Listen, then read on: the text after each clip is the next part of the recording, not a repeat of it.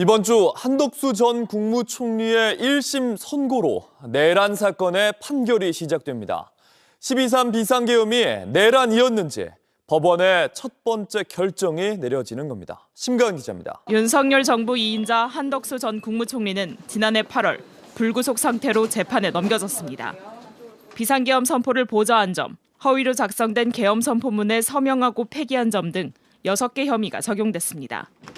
재판 과정에서 내란에 실질적으로 관여한 혐의도 추가됐습니다. 한 전 총리는 오는 21일 오후 2시 1심 판단을 받습니다. 윤석열 정부 국무위원에 대한 1호 판결이자 내란 사건 중 첫 선고입니다. 특검은 징역 15년형을 내려달라고 재판부에 요청했습니다. 본 사건은 대한민국 민주주의에 대한 테러입니다. 국가, 국민 전체가 피해자입니다. 한 전 총리는 재판 과정에서 계엄을 선포했을 당시 기억이 없다면서도 만류했던 기억은 있다고 주장해 선택적 기억이 아니냐는 비판을 받았습니다.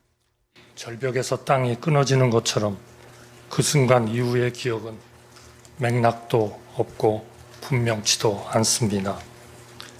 절대로 동의할 수 없는 일이기에 어떻게든 대통령의 뜻을 돌리고자 노력하였으나 도저히 힘이 닿지 않았습니다. 앞서 윤 전 대통령 체포방해 혐의 사건 1심 재판부는 계엄 선포 과정에서 국무위원들의 심의권이 침해됐다고 판단했습니다. 사후에 계엄 선포문을 작성하고 폐기한 행위도 유죄로 봤습니다. 피고인이 한덕수 국무총리 및 강의구 부속실장과 공모하여 위 문서를 폐기한 행위는 대통령 기록물 관리에 관한 법률 위반죄 및 공용서류 손상죄에 해당한다고 판단됩니다. 이런 가운데 오는 21일 12.3 비상계엄이 국헌문란을 목적으로 한 내란 행위인지 법원이 첫 답을 내놓을 걸로 보입니다. JTBC 심가은입니다. 자, 그리고 이번 재판에서 한덕수 관련한 부분도 이제 나왔거든요. 네. 내란 혐의 한덕수 15년형을 지금 구형받고 호텔에서 행복하게 즐기고 있지 않습니까? 네. 이제 이 행복도 마무리를 져야죠. 이게 아니 내란범이 지금 호텔 서비스를 즐기고 있으면 되겠습니까?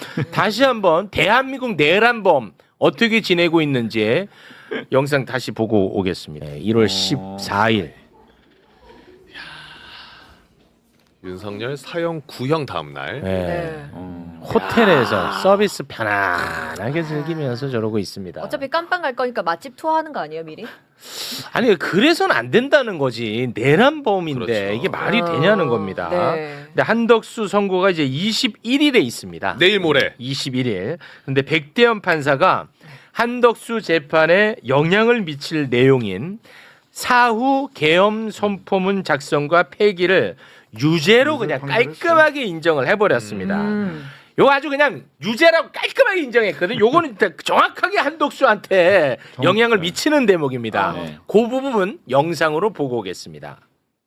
이 문서는 실제로 2024년 12월 6일에 양식이 작성되어 12월 7일에 피고인의 서명이 이루어졌는데도 불구하고 그 내용은 마치 2024년 12월 3일 작성되어 대통령 및 관계 국무위원회 서명이 이루어진 것처럼 기재되어 있으므로 그 자체만으로도 이미 허위의 공문서에 해당합니다.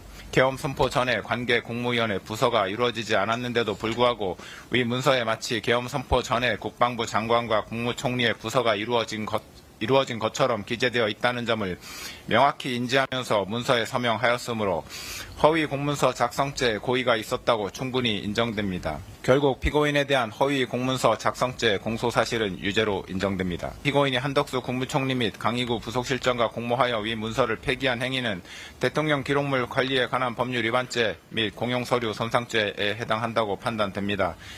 한덕수 깔끔 공모 공모라고 그냥 또 이야기를 해버리고 한덕수 이름까지 거론을 해버렸습니다. 네. 동일 제명으로 지금 이제 선고가 예정돼 있기 때문에 네. 저 판단을 피하기는 어려울 거예요. 그러니까 저런 판단들을 다 종합해 보면 아무리 생각해도 5년은 정말 이해가 안 돼요. 그러니까 저 뭐냐면은 정말 자기네들의 잘못을 치부를 덮기 위해서 사후적으로 작출한 거잖아요. 완전히. 진짜 나쁜 놈들이지. 진짜 일반적인 사람들이 해도 저건 진짜 나쁜 건데. 그렇습니다. 저런 엄청난 일을 벌이고 나서 그거를 감추기 위해서 저렇게 했다라고 하는 거에 대해서 저런 상황들을 다 종합해 보면 5년이라는 게 이해가 안 되고 그렇죠. 사실은 우리 아까 양 변호사님 말씀하셨던 기계적 판단을 했다라는 게 뭐냐면요. 일반적인 범죄를 선고할 때 양형 사유 중에 뭐 동종전과가 있느냐 또는 초범이냐 아니냐 이런 것들을 요소로 판단하는 건 맞아요. 네. 그런데 저는 그런 일련의 재판 과정에서 그 형을 선고할 때 기계적으로 이 사건에 그대로 대입할 게 아니다 전혀. 그렇습니다. 성격이 너무 다르고 네. 그렇기 때문에 그런 지점에서는 조금 더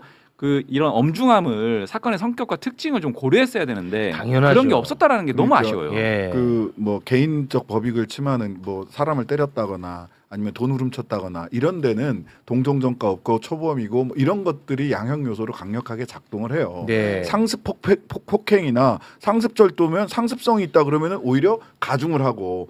근데 이거는 국가적 법익을 침해하는 죄잖아요. 내란, 특수공무집행방해, 그다음에 문서 허위 공문서 작성 이런 거는 초범부터 박살을 내야 당연하죠. 이런 일이 너무 과격했나? 하여튼간에 초범부터 초범임 점을 양형 요소로 고려해야 할 그런 범죄의 종류가 아니다. 네. 개인적 법익을 행하는 죄와 국가적 법익을 행하는 죄는 달리 판단하는 게 맞다라고 저는 생각합니다. 그래서 지금 네. 아니 이 부분은 이제 다시 이제 허위 공문서 작성으로 돌아가서 한덕수 전 총리는 이게 문제라는 걸 알고 있었어요. 네. 그래서 나중에 이거 문제될 거 아니야라고 본인이 또 직접 물어보고 그래서 그걸 나중에 폐기할 수 있게 만들었잖아요. 그렇습니다. 그러니까 위법성이라는 걸 분명히 알고 있었던 위법성과 적극성이 다 들어갑니다. 다 들어가 있는 네. 그런 상황이니까 그러니까 공모라는 말까지 썼다는 거고 저 부분에서 저는 이제 약간 그 걱정까지는 아니고 과연 그런 허위 공문서 작성한 그것도 역시 여전히 대통령 기록물로 봐서 폐기한 것도 별도로 또 처벌할 것이자라고 봤는데 그게 좀 걸림돌이 될 수 있지 않을까 싶었는데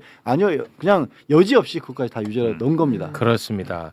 그럼에도 불구하고 어찌됐든 윤석열 5년 선고를 했는데 이 사법부의 인식에 대해서 계속해서 지금 지적을 하고 계시지 않습니까?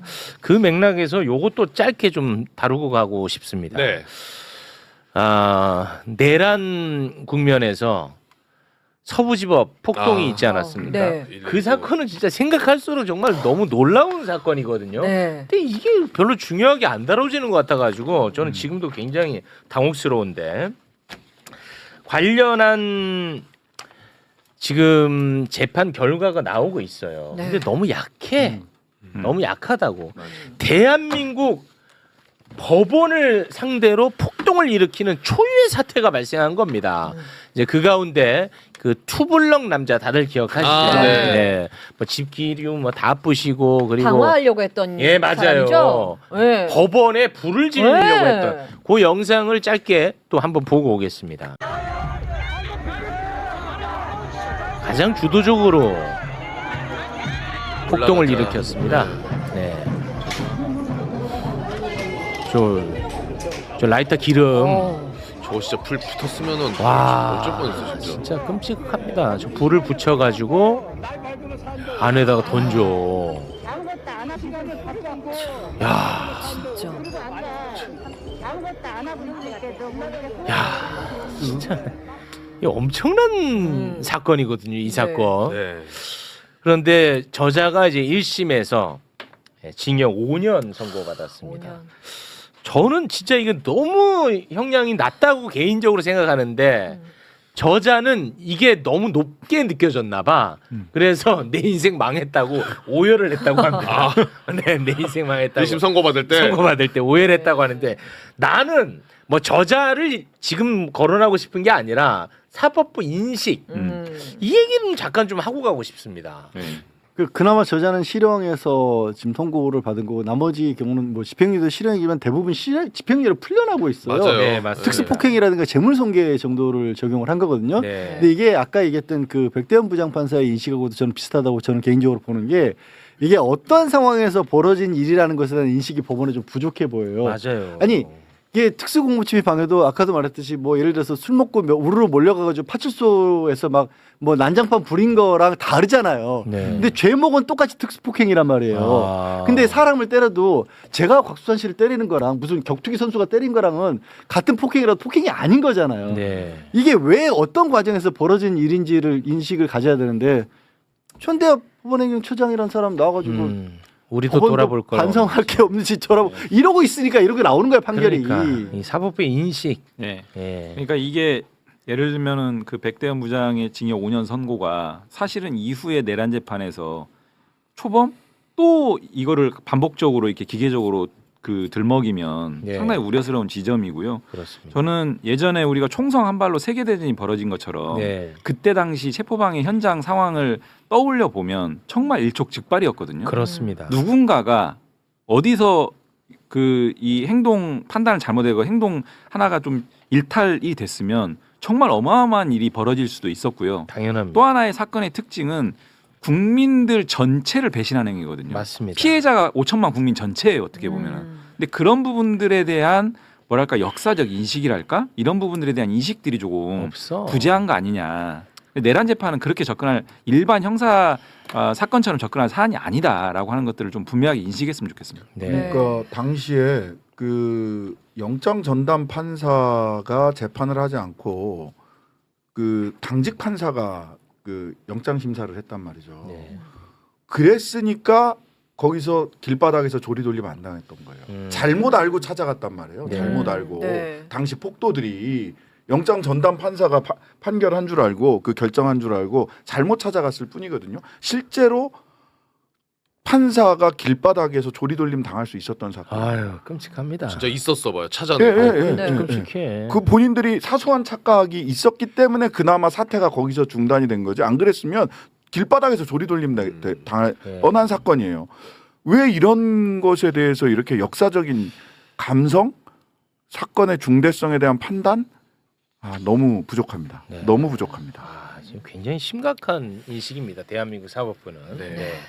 자, 시간이 없어서 빠르게 그 2차 종합특검 이야기로 좀 넘어가 보도록 하겠습니다.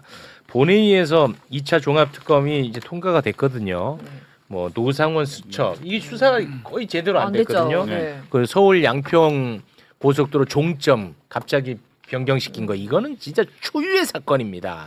그리고 삼부토건 주가 조작, 창원 산단 지정, 그리고 윤석열 불법 캠프 이거는 진짜 이거 다 조사 안 해도 수사 안 해도 돼. 맞아, 다 이거 그냥 나왔잖아요. 바로 그냥 기소해 갖고 네. 잡아 넣으면 되거든.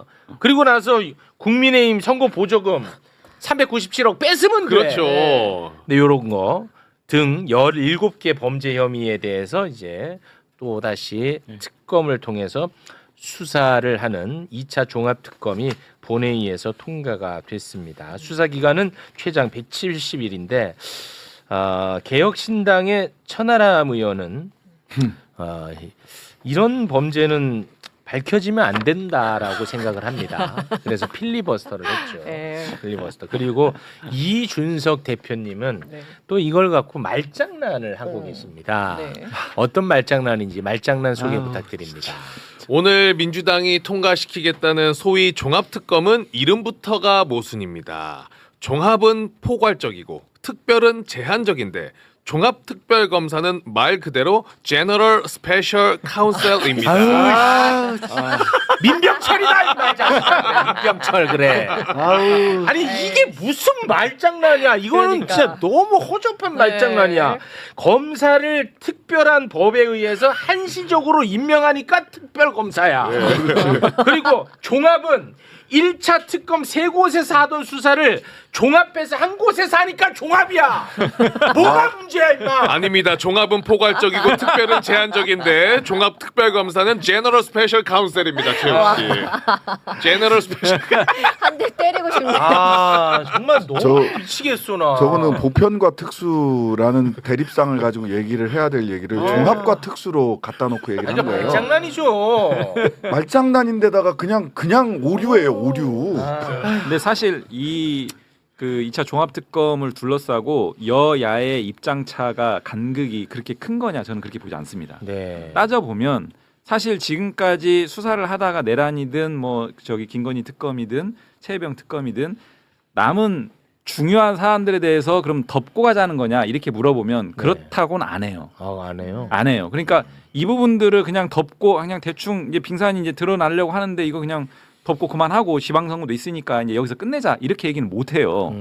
그러면 뭐라고 얘기하냐면 그냥 경찰 국수본이라든지 또는 필요하면 검경 합동수사본부든 이런 방식으로 하지 뭘 또 특검이냐 네. 이 정도 얘기를 하는 거거든 대외적으로는.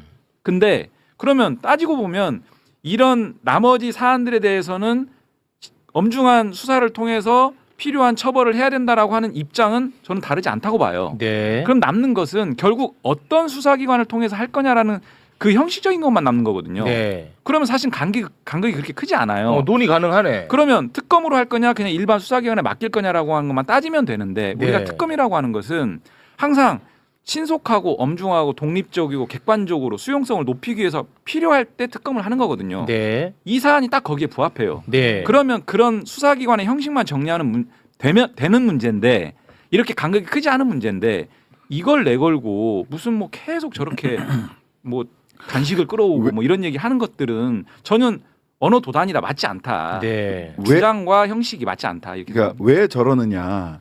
그 장동혁이 이준석을 위해서 대신 싸워주고 있고요. 이준석이 장동혁을 위해서 대신 필리버스터 해주는 거예요. 왜 그러냐 하면 필리버스터는 천하람에 있습니다. 네, 그것도 그러니까- 고소할 수 있으니까요. 그러니까 그 당이 그럼 네네. 이준석 당이라고 네. 합시다. 네. 예. 자 고소 조심해야죠. 네. 예. 지금 장동혁 대표가 정말 이유를 알 수 없는 단식을 하는데 그게 왜 하는 거야? 이 명목상의 그거는 그거예요. 뭐 민주당 동공천 특검 해야 된다. 그 다음에 통일교 특검 해야 된다. 근데 그쪽에서 얘기한 것은 오직 민주당, 오직 통일교라는 얘기를 하는 거란 말이죠. 근데 만약 그것이 민주당과 국민의힘 돈공천 특검을 다 하자. 통일교와 신천지 등 정교유착 특검을 다 하자라고 하게 되면 이준석은 피의자가 돼요. 왜냐하면 그 돈공천 할 때 명태균, 김건희, 김영선 그 국회의원 수당 2분의 1 반 가지고 거래했을 때 당대표 누구예요? 이준석 대표님. 예, 지난 지방선거 때 당대표가 누구예요? 이준석 대표죠. 네. 그러니까 이거를 민주당하고 국민의힘을 다 넓혀서 하면 이준석이 피해자가 됩니다. 이해관계가 잘 맞네. 이해관계가 잘 맞아. 그러니까 장동혁이 대신 단식하는 겁니다. 이해관계가 대신 그다음에 이 종합 특검 하게 되면 국민의힘이 완전히 계속 털리는 거잖아요. 그렇죠, 그렇죠. 그러니까 이준석 당의 천하람이 대신 필리버스터 하는 거예요. 야, 예리하다. 네, 서로 대신 투쟁해 주는 겁니다. 대신 서로 그러네. 자기들이 하기에는 민망한 거를 서로 대신해서 해주고 그러네. 내 일을 갖고 내가 투쟁하면 보기가 민망하니까. 야, 그거 아주 예리한 둘이 서로 대신해 주는 거예요. 서로 굉장히 수긍이 됩니다. 예, 그리고 외계인들끼리 연대하는 거 외계인 연대. 나는 장동영 대표가 왜 단식하나? 나는 굉장히 의아해하고 있었는데. 그리고 갑자기 천하람 일리 있네. 원내대표는 왜 거기서 필리버스터를 하지? 그러잖아요. 그러니까 남의 손 밀려서 대신 투쟁하는 거예요, 서로. 그러니까 장동혁 단식한다 그러니까 이준석이 해외에서 뭐 조기 귀국하겠다 말 나오고 네, 뭐 동조 단식하겠다 뭐 이러잖아요. 이게 맞아 떨어지네. 야, 예리한데. 딱 떨어집니다. 딱 떨어지네. 네, 서로. 자기 일을 갖고 자기가 투쟁하면은 이 범죄에 대한 부분이기 때문에 그렇죠. 조금 민망하거든. 야, 대리 투쟁. 일리 있어 보입니다. 네. 네. 아무튼 2차 종합 특검은 이제 곧 시작이 될 것 같습니다. 네. 자, 두 분과는 여기서 저희가 좀 인사를 나눠야 될 것 같습니다. 또 두 분 보내고 저희가 검찰 개혁 얘기는 다른 분하고 이야기를 나눕니다. 네. 근데 또 두 사람 왜 보냈냐고 너는 뭐 검찰 가랑이 사이로 들어가냐 좀 이럴까봐 다양한 의견 들으라면서요. 두 분의 의견은 저희가 많이 들었으니까 또 다양한 의견. 보안 수사권은 공소청에 둬야 된다라고 생각하는 분이 또 와 있어요. 네. 다양하게 이야기를 듣자는 거예요. 여러분이 저한테 시켰잖아요. 왜 오시려 한 가지만 말씀드리고 갈게요. 네네. 그 내일 당에서 그 말씀하신 검찰 개혁 관련한 네. 그 정책 의총을 통해서 정책 의총을 통해서 이제 디베이트 형식으로 좀 논의를 진행을 하고요. 네. 그다음에 이제 이 2차 종합 특검 관련해서 한 가지만 딱 말씀드리면 자꾸 이런 거 하지 말고 민생 경제 챙겨야 되는 거 이게 아니냐? 민생이야. 라고 얘기하는데요. 네. 저는 이게 양립 불가능하다고 전혀 생각하지 그렇습니다. 않고요. 일단 맞습니다. 특검은 출발을 할 겁니다. 네. 그러면 이제 민생 경제에 집권 여당이 집중할 거고요. 오히려 민생 경제 발목 잡고 있는 것은 200건 가까운 민생 법안을 지금 필버하겠다고 그렇죠, 저러고 그렇죠. 틀어막고 있는 국민의힘이에요. 그것도 맞고. 국민의힘 그런 얘기 할 계제가 아니다라는 거고 네. 마지막으로 말씀드리고 싶은 것은 지금 저희가 또 주목해야 될 지점 중에 하나가 뭐냐면 사면 문제입니다. 내란에 대한 사면. 저는 윤석열이 저렇게 기고만장하는 거에 백그라운드는 사면이라고 생각합니다. 네. 정권 바꿔서 사면 받겠다. 아니 서정욱 변호사가 그 얘기를 하는 것으로 벌써 알고 얘기가 있습니다. 나오고 있고요. 네. 재판에서 저렇게 계속 일관되게 저렇게 나오는 것은 윤핵인 극우 세력을 자기 세력을 만들어 가면서 종국에는 사면으로 끌고 간다. 왜냐하면 그런 세력들이 많으면 많을수록 사회적 혼란을 계속 조장하면 조장할수록 사면에 대한 유혹에서 현직 대통령들이 고민을 할 상황이 올 수 있어요. 올 수 있어. 그러면 이것을 애초에 틀어막아야 되고요. 그렇습니다. 틀어막기 위해서 신속한 사면법 개정을 추진하겠습니다. 그 법안은 지금 발의가 돼 있나요? 발의가 돼. 네, 여러 저도 군데서 발의했고 발의됐어요. 여러 의원님들이 발의했습니다. 지금 현재 문제가 뭐예요? 저는 그 반드시 해야 된다는 입장입니다. 원래 개인적으로. 특검에 담으려고 했다가 이제 방향을 좀 선회해서 아. 사면법 개정으로 지금 방향을 잡았습니다. 네. 그리고 종합특검에서 제가 이번에 들어간 거 중에 하나 뭐냐면 지방자치단체나 공무원들은 자체적으로 지금 총리실에서 하고 있잖아요. 그 내란 TF 뭐 해가지고 지방자치단체도 들어가 있거든요. 전 이거 꼭 해야 된다고 생각합니다. 너무너무 잘한 거다. 왜냐하면 그날 밤에 12월 3일 날 밤에 지방자치단체 장별로 시장 군수별로 대응 양태가 달랐어요. 일단 시키는 대로 했던 데도 있고요. 윤석열이 시키는 대로. 예, 행안부에서 나온 대로 했던 데도 있고 그 다음에 그거를 딱 거부한 데도 있고요. 네. 시장 군수가 사라진 데도 있습니다. 사라져요? 몇 시간 동안 종적을 알 수 없어. 짱을 본 거지 말을 하자면 그런 분도 있고요. 대표적으로 양구군은요. 계엄군이 군청을 실제로 갔었잖아요. 접수했어요. 예, 그거는 갔었어요. 예, 접수했고 진지도 읍내에다가 다 했거든요. 네.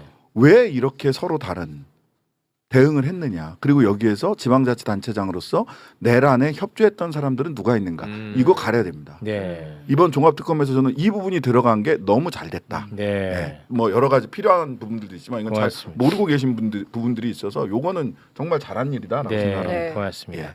그 사면 감형 이런 것도 다 들어가나요? 사면 복권 감형. 네, 종합 세트로. 아. 국가 전복 범죄에 대한 내란과 내란, 외환 외환, 역시. 군사반란, 군사반란. 특정 범죄는 네. 국가를 뭐 뒤집겠다는 건데. 그렇습니다. 네. 아, 그건 진짜 시급합니다. 제가 볼 때는. 네. 네. 두 분과는 여기서 인사 나누겠습니다. 두 분 대단히 고맙습니다. 네, 고맙습니다. 윤석열 관련된 체포 영장 집행 방해 선고 나는 날 이제 전화 인터뷰 짧게 했고 오늘 이제 오신 건데 관련해서 좀 얘기를 나눠보도록 하겠습니다. 지난 금요일에 이 선고가 있었고요. 징역 5년이 선고가 됐습니다. 윤석열 측이 그 이후에 이제 입장을 냈는데 공수처에는 내란죄 수사권이 없다라는 주장을 다시 한번 펼쳤습니다. 이거 어떻게 보셨어요? 뭐 법원에서 그 백대원 부장이 아주 엄중하게 여러 가지 법논리, 그러니까 윤석열 피고인 측에서 주장했던 법논리를 하나하나 조목조목 반박을 하면서 공수처의 수사권이 인정될 수밖에 없는 이유에 대해서 설명을 했습니다. 예. 뭐 비록 하급심의 판단이라고 하지만 그렇게 엄중한 판단이 내려졌으면은 일단 뭐 1심 판결에는 뭐 이 판결은 존중하지만 앞으로 뭐 항소 절차를 통해 가지고 뭐 시정할 수 있도록 노력하겠다. 뭐 이 정도의 주장이나 뭐 이런 입장이 적정해 보이는데 전혀 뭐 기존 그 사법 시스템 내에서 내려진 판단에 승복할 생각은 없구나. 뭐 이런 생각이 들었습니다. 예. 근데 이제 그 수많은 선고문의 이 혐의 유죄 관련해서 그 부분 중에서도 공수처의 수사권에 대해서 이렇게 강조하는 이유가 있을 것 같아요. 윤석열 씨 쪽에서는 공수처의 수사권이 없다는 점, 그리고 그 공수처 수사에서 비롯돼 가지고 윤석열 씨가 구속이 되고 그 이후에 그 여러 가지 추가 수사 절차가 이어졌다는 점 때문에 공수처 수사의 불법성을 주장하면서 그 이후에 추가로 계속해서 연속돼 가지고 이루어진 수사의 위법성도 한꺼번에 주장하려는 그런 전략을 쓰고 있습니다. 그렇기 때문에 그 어떻게 보면은 모든 수사의 출발점이라고 할 수 있는 그 공수처 수사, 거기 그 공수처 수사의 여러 가지 절차적 하자라던가 이런 걸 공격하는 데 집중하고 있는 것으로 보입니다. 그러니까 공수처 수사에 만약에 절차적 하자가 있으면 체포 영장 집행을 방해한 게 아니라 그렇죠? 수사권이 없는 공수처의 체포 영장이었으니 그렇습니다. 그러니까 그 공수처의 그 체포 영장뿐만 아니라 그 독수과실의 이론이라든가 여러 가지 뭐 법논리가 있는데 처음에 수사 착수 단계에서부터 뭔가 좀 불법적이거나 절차상의 하자가 있으면 그 이후에 추가로 진행되는 모든 절차를 무력화시키는 그런 법이론 주장도 가능합니다. 그렇기 때문에 윤석열 씨 쪽에서는 아마 그런 큰 그림을 큰 의도를 숨기고 이런 주장을 계속해서 하고 있는 것으로 보입니다. 어제 보니까 보수논객 조갑재 대표가 한 언론사 나와서 인터뷰를 했는데 형량보다 이 공수처의 수사권, 서부지법의 관할 판단 이게 갖는 의미가 크다 이렇게 논평을 하더라고요. 어떻게 보셨어요? 저도 뭐 그 말씀하신 내용 잘 들었고요. 예. 말씀하시는 취지 뭐 전체적으로 저도 뭐 전적으로 동의합니다. 사실 뭐 근데 이 모든 형사 사건에 있어서 가장 중요한 것은 형량 아니겠습니까? 예. 사실 뭐 10년 구형된 사건에서 예. 뭐 이렇게 판결 이유를 쭉 읽어내려가는 과정에서는 예. 야 이게 중형이 선고가 되겠구나 그렇죠. 이런 예상을 했었는데 그 예상과는 다르게 마지막에 징역 5년이 선고가 되면서 그러니까요. 약간 좀 맥빠진 감도 있었던 것 초범이라는 같습니다. 이유로. 예. 그런데 어쨌든 뭐 앞으로 뭐 여러 가지 재판들이 많이 남아 있으니까 그런 형량보다는 일단 그 윤석열 씨 쪽에서 계속 주장해왔던 여러 가지 법률 판단 전부가 단 하나도 인정된 것이 없거든요. 아, 그렇죠. 예, 그게 모두 배척됐다는 점, 그 점에 의의를 두고 기다려보자. 이런 취지로 말씀하신 게 아닌가 싶습니다. 예. 그러니까 제가 주목했던 지점 중에 하나가 뭐냐면 경호처 사병화라는 이야기를 한 거. 요거 인정한 거 반성 없이 변명으로 일관했다 이 대목이거든요. 예. 어떻게 보셨어요, 검찰관? 저도 그 부분 좀 어떻게 보면 시원한 판단이 아니었나 싶습니다. 예. 사실 그 경호처는 엄청난 무력을 가지고 있기도 하고 경호처에 있는 그 공무원들은 어떻게 보면은 국가 원수를 위해서 그냥 봉사하는 사람이지 개인의 사병이 아니거든요. 그런데도 그 김성훈, 이광우 이런 사람들을 매개로 해가지고 완전히 자신의 개인 경호원처럼 이렇게 막 이용하려고 들지 않았습니까? 예. 그런 점을 아주 따끔하게 지적한 것으로 보여집니다. 예. 윤석열 측에서 일단 항소를 하겠죠. 하겠다는 또 의견을 내기도 했고요. 네네. 예. 항소는 윤석열 씨 측에서도 하겠지만 특검에서도 할 겁니다. 그렇죠. 예, 특검에서도 뭐 비록 주요 부분에 대해서는 전부 유죄가 났지만 예. 일단 양형에 있어서 특검은 뭐 100% 뭐 승복할 만한 결과가 아니고 예. 어차피 윤석열 씨 측에서 항소를 하게 되면 항소심에서 결국 또 한 번 법리 논쟁을 벌여야 되거든요. 예. 그렇기 때문에 이런 사건에 있어서 특검에서 항소 포기를 할 이유는 없습니다.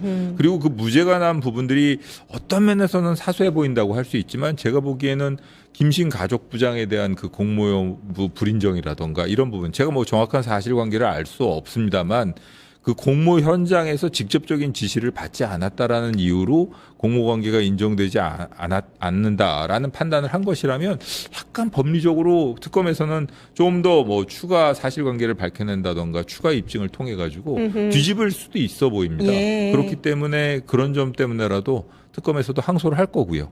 항소를 하는 게 적정한 사안으로 일부 보입니다. 뭐 무죄 나온 부분에 대해서 한번 살펴보겠다 이렇게 이야기를 한 것 같습니다. 그렇습니다. 그리고 뭐 양형도 뭐 제가 뭐 하나 그렇죠. 뭐 이렇게 예. 말씀드리자면 초범이라 5년 초범이라고 뭐 이렇게 얘기를 했는데 저도 그게 아마 재판부에서는 이렇게 신중하게 이렇게 판단을 하는 과정에서 그게 아마 범죄 전력이 없다. 뭐 이런 표현을 아마 잘못 이렇게 관행적으로 쓰는 초범이라는 표현을 쓰게 된 것인 것 같은데 사실상 이 사건의 경우에는 어떻게 보면은 국가 원수로서 혹은 공무원의 공직에 있는 사람이 저지른 범죄라서 초범이라는 표현으로 이 감경을 해주기엔 적절치 않은 범죄거든요. 예를 들자면 제가 뭐 재미있는 예를 들자면 예를 들어 계획 범행보다는 우발 범행의 경우에는 좀 양형에 있어서 참작을 해주거든요. 하지만 예를 들어 취중 우발적 범행이다라는 이유로 음주운전자를 감형해 줄 수 있겠습니까? 안 되죠. 그리고 예를 들면 또 하나 공무원이 아니면 뇌물죄를 저지를 수가 없는데 공직에 성실하게 근무해왔다. 공직에 있다. 공직에 봉사해왔다라는 이유로 아주 그냥 악질적인 뇌물사범을 감경해 줄 수 있겠습니까? 이런 식으로 어떻게 보면은 그 범죄의 성립 개념과 관련되어 있는 구성요건이라고 하는데요. 거기에 내재적으로 포함되어 있는 그런 개념을 양형 단계에서 다시 한번 양형 요소로 삼는 것을 금지하고 있습니다. 아, 그래요? 예, 독일 같은 데서는 그걸 이중평가 금지 원칙이라 그래가지고 구성요건 요소이거나 구성요건엔 드러나지 않았지만 내재되어 있는 그런 요소들을 양형 단계에서는 판단해서는 안 된다는 것이거든요. 예를 들면 이 윤석열 씨 같은 경우에 놓고 보면 초범이라고 하고 뭐 범죄 전력, 중대한 범죄 전력이 없다라는 것을 초범이라는 식으로 표현한 것 같은데 중대한 범죄 전력이 없기 때문에 그 국정 책임자로 가 있는 거 아니겠습니까? 그렇죠. 그리고 그 범죄라는 것은 중대한 범죄 전력 유무가 중요한 것이 아니라 그 자리에 있는 사람이 왜 이런 잘못을 저질렀나 여기에 대한 비난 가능성이 있는데 관행적으로 아무리 초범한다고 하지만 이런 중대한 사건에 있어서 일반 국민들이 느끼는 법감정을 조금 제대로 좀 고려하지 못한 것 같아서 그 부분만 좀 아쉽습니다. 예. 들리는 얘기에 따르면 이 이제 백대현 부장판사의 이 선고문을 내란 재판을 맡고 있는 지기현 재판부에 보낸다고 하더라고요. 네네. 뭐 이렇게 되면 어떤 뭐 형량이라든지 여기에 영향을 미칠 수 있는 건가요? 그 지기현 재판부에서도 뭐 사실상 예.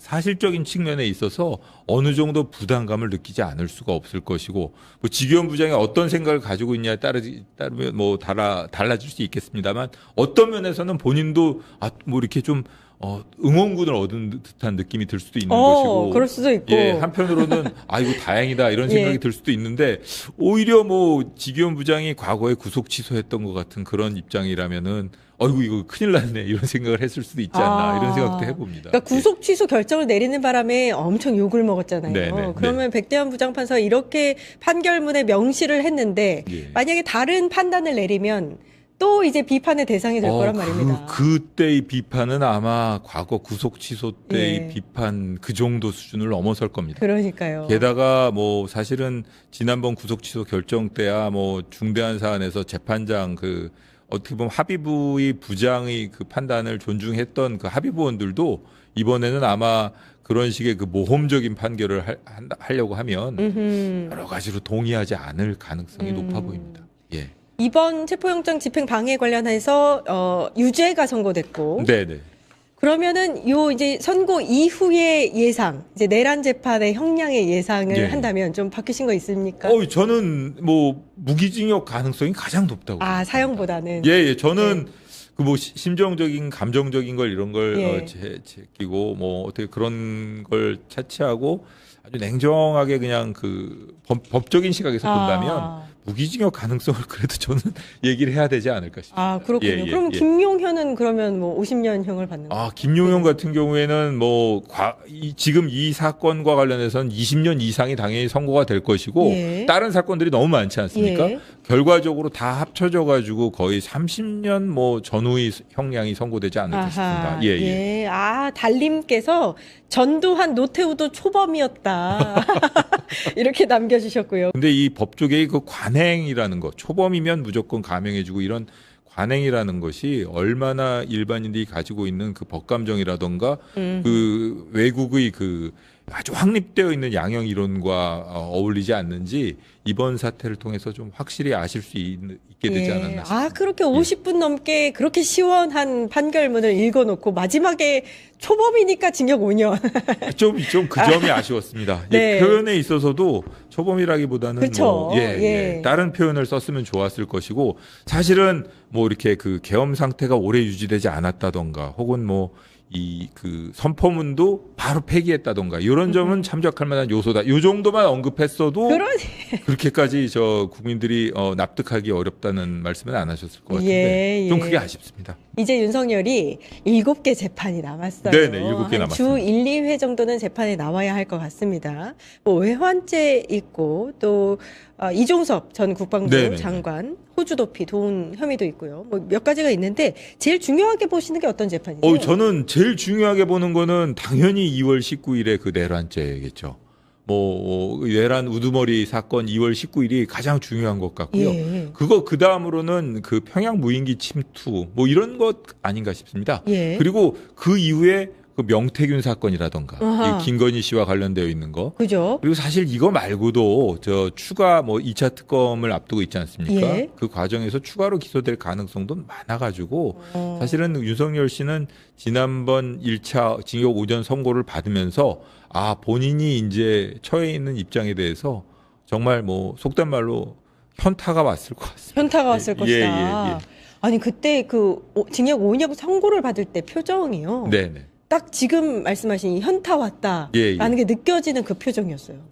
참 보기 힘든 표정이었던 것 같습니다. 상당히 보기 힘든 표정이고 나중에 재판부를 향해서 고개를 숙이고 나가는 모습이라던가 이 본인의 행동 거지라던가 이런 게 평소와는 좀 달라서 뭐 앞으로 또 지켜봐야 될 것 같지만 향후 재판 과정에서 보여줄 태도도 조금 좀 달라지지 않을까 이런 기대를 해봅니다. 그 내란 재판에서 사형 구형받을 때 실실 웃던 그런 모습은 이제 안 보였으면 좋겠는데. 네네네. 현타가 왔으니까 좀 달라지려나요?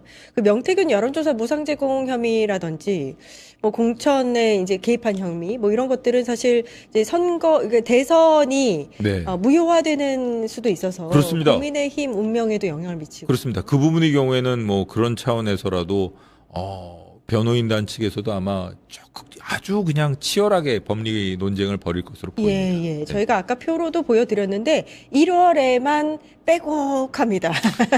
빼곡하게 예. 저 재판 다 나오겠죠?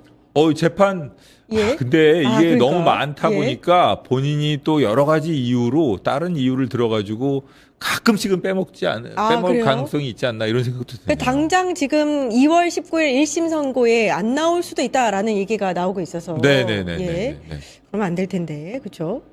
2월 23일에 그러니까 인사 이동이 있고, 네네. 그 전에는 선고가 반드시까지는 아닙니다만 꼭 나와야 되는 상황인데. 예, 19일 날 선고 같은 경우에는 그 재판 판결 선고의 경우에는 예. 이 소송법상 뭐 피고인에게 무죄나 공소기각, 면소 이런 판결을 선고할 때는 피고인이 불출석해도 선고를 할 수가 있는데 예. 유죄 판결을 선고할 때는 그 재판 불출석의 경우에 따라서 재판을 진행해야 됩니다. 그렇기 때문에 뭐 정당한 이유 없이 재판에 출석하지 않는다라는 사정, 그 다음에 그 교도관에 의한 강제 구인이 불가능하다는 사정 이런 걸 확인해야 되기 때문에 약간 절차적인 지연이 불가피해집니다. 그렇기 때문에라도 사실은 2월 19일이 아니라 한 일주일 정도라도 좀 앞서서 좀 선고기를 지정했으면 하는 바람이 있었는데 그러니까요. 2월 19일로 정해놨네요. 예, 다 보내고 혹시 그러면 피고인들이 한 8명의 피고인이 있지 않습니까? 네네. 그 중에서 한두 명 안 나오면 그 사람한테만 그럼 선고를 못 하는 거죠? 그렇습니다. 예. 그 불출석한 피고인에 대해서는 선고를 미루되 그 출석한 사람들에 대해서는 선고할 수 있습니다. 예. 그 서울고법이 이제 내란 전담 재판부를 그 23일 즈음에서 이제 만듭니다. 네네. 그러면은 이제 이런 얘기가 나와요. 1심을 마무리한 2심 재판 같은 경우에는 서로 이제 병합할 수 있으면 병합해서 진행할 것이다. 네. 근데 그렇게 되면 이제 최종 형량이라든지 아니면 재판 진행에 있어서 이제 혐의 인정이라든지 이런 부분에 혹시 영향을 미치는 거 아니냐 이런 얘기 나오거든요. 예. 병합은 그 여러 사건으로 재판을 받고 있는 피고인들이 가장 원하는 바입니다. 병합을 하는 경우에는 전체적으로 형량이 우리나라 같은 경우에 외국 같은 경우에는 뭐 절도를 100번 저질렀다 그러면 절도죄 하나에 징역 1년씩 100번 복역해라 뭐 이런 식으로 판단을 내리기도 하거든요. 예를 들어 뭐 살인 사건의 경우에 뭐 2명이 죽었다 그러면 2번의 무기징역, 2번의 종신형을 살아라 이런 식으로 판결을 선고하는데 우리나라는 그렇지 않습니다. 않죠. 가중주의를 취하고 있기 때문에 어떤 식으로든 병합이 되면 피고인이 유리하다고 생각하는 경우가 일반적입니다. 그렇기 때문에 아마 윤석열 씨 쪽에서도 계속 재판을 지연시키면서라도 다른 사건의 병합을 요청하지 않을까 이런 예상을 해봅니다. 근데 윤석열은 이제 병합이 돼서 만약에 가중이 안 된다 하더라도 최고형인 사형 아니면 무기징역이라서 그렇죠. 다른 재판과 병합되는 것 때문에 형량이 줄 거다 생각하진 않을 것 같은데. 그런 면도 있습니다만 어찌되었던 다른 사건이 병합이 안 되는 경우에는 무기형과 또 다른 유기형이 사형 무기징역과 또 다른 유기형이 생기게 되면 무기형에 대해서 설령 가석방이 된다든가 가석방 요건을 충족해도 다시 유기형을 복역해야 되거든요. 본인한테 불리합니다. 어떤 면에서든. 만약에 그 재판이 병합되면은 재판이 더 신속하게 진행된다고 보면 되는 건가요? 병합이 되면 신속하게 진행이 될 수 있는데 병합을 하겠다는 이유로 기일 연기 신청을 한다던가 계속해서 뭔가 소송을 지연하려고 절차적인 문제를 제기할 수 있겠군요. 그렇죠. 내란 전담 재판부 자체에도 좀 문제 제기를 할 수가 있고. 그렇게 문제 제기를 할 수 있기 때문에 1심 판사님들은 좀 부지런히 재판을 진행하셔가지고 그런 병합 목적으로 소송을 의도적으로 지연시키는 일이 없도록 좀 신경을 써주셔야 될 것 같습니다. 이제 돌아오는 주에 수요일 21일에 한덕수 재판이 있습니다. 이날 이제 내란 혐의와 관련해서는 제일 처음으로 1심 선고가 나는 건데 이것도 좀 의미심장하죠. 그렇습니다. 내란 사건에 대해서 지난번 백대현 부장 형사 35부 그리고 과거에 그 헌법재판소에서도 간접적으로는 판단을 했습니다만 직접적으로 내란죄 사실 그 내란 방조라던가 내란 주요 임무 종사라는 것은 내란죄의 성립을 전제로 하거든요. 그렇죠. 그렇기 때문에 논리적으로 본다면은 내란죄에 대한 판단 없이, 그리고 법률적으로 볼 때도 그렇습니다. 예. 종범이라는, 방조범을 종범이라고 하는데 아하. 종범은 주범의 성립, 그러니까 주범의 고의, 뭐 여러 가지 주범이 죄가 됨을 전제로 하기 때문에 이 경우에는 내란죄에 대해서도 어느 정도 직간접적인 판단을 하지 않을 수가 없습니다. 예. 그렇기 때문에 21일의 판결 선고가 그 어느 것보다 중요하다고 볼 수도 있습니다. 내란인지 아닌지의 여부에 대한 가르마를 타는 재판이 될 것이다. 예, 그렇습니다. 이렇게 보는 시각도 있는데 일부 법조인들이 내란에 대한 판단 여부는 좀 보류를 하고 거기에 이제 관여를 했는가만 판단할 것이다. 이런 얘기도 있어요. 그거는 뭐 제가 아는 법리에 비춰보면 적절치는 않은 것 같고요. 만약의 경우에 무죄 판단을 한다던가 그 한덕수 총리에게 유리한 판단, 내란과 관련해 가지고 예. 유리한 판단을 한다면 그때는 뭐 이런 행위가 뭐 과연 그 정범이 무엇이든 간에 이런 행위가 도와주는 행위라고 할 수 있느냐라는 식의 그 판단을 할 수는 있겠죠. 아. 그리고 이 방조의 범위가 있었느냐, 예. 뭐 이 전제가 되는 정범에 대한 그 정범의 위법성에 대한 인식이 있었느냐, 이런 점을 가지고 이제 한덕수 전 총리한테 면죄부를 주는 판결이라면 모르겠지만 유죄 판단을 하기 위해서는 전제가 되는 내란죄에 대한 판단은 불가피합니다. 이진관 부장판사가 맡고 있는 재판이기 때문에 예. 이 부분에 대해서 아마 판단을 내릴 것 같습니다. 예. 내란죄 지금까지 보여준 모습을 보면 기본적으로 한덕수 총리의 경우에는 전부 무죄는 불가능합니다. 기본적으로 위증죄에 있어서는 본인이 자백을 했고요. 또 이번 백대원 부장판사 재판정에서 그 선포문 작성과 관련해서 그렇죠. 한덕수 예. 총리의 유죄됐습니다. 그거. 한덕수 총리에 대해서 언급을 했고 예. 결국 그 부분에 대해서는 그 윤석열 씨에 대해서 유죄가 인정된 범죄 사실 자체가 한덕수, 강의구 등과 공모하여 이렇게 되어 있거든요. 예, 맞습니다. 그렇기 때문에 결국 한덕수, 강의구 이 사람들이 유죄라는 그런 심증과 논리적으로 연관이 되어 있기 때문에 그 부분에 대해서도 무죄가 불가능합니다. 결국 그 두 부분에 대해서는 이미 결론이 났다고 보셔도 되고요. 가장 중요한 거, 우리가 관심이 있는 그 내란죄와 관련해 가지고 좀 예의주시할 필요가 있는데 예의주시할 필요가 있다. 제가 보기에는 뭐 지금까지 재판 진행 상황이라든가 이런 거에 비춰보면 그 방조 행위가 어떤 것인지 주요 임무 종사 행위의 구체적인 형태가 어떤 것인지에 대한 판단만 사실 인정만 된다면 당연히 유죄 판단이 내려질 것으로 보여집니다. 그렇군요. 1월 21일 얼마 전에 이제 부인하고 돈가스 먹으러 간 모습이 찍히기도 했는데 이날 네. 그러면 법정 구속이 되는 건가요?